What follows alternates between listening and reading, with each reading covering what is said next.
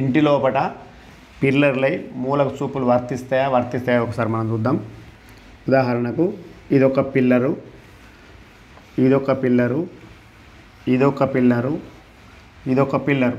ఇలాంటి పిల్లర్లకు గోడల నిర్మాణం ఇట్లా చిన్నగా చేస్తూ ఉంటారు.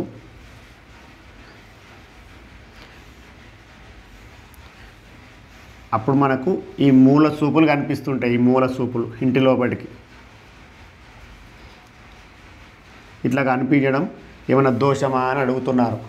అయితే ఇటువంటి పిల్లర్సు ఉదాహరణకు నైరుతిలో కానీ, ఇలా వాయువ్యంలో కానీ, ఆగ్నేయంలో కానీ ఇలా కనిపిస్తే ఎటువంటి దోషం లేదు.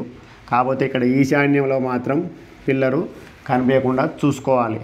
ఎందుకంటే ఆగ్నేయం తగ్గిన ఎటువంటి దోషం లేదు, నైరుతి తగ్గిన ఎటువంటి దోషం లేదు, వాయువ్యం తగ్గిన ఎటువంటి దోషం లేదు. కానీ ఈశాన్యం తగ్గడం వల్ల దోషం వస్తుంది స్థలానికి.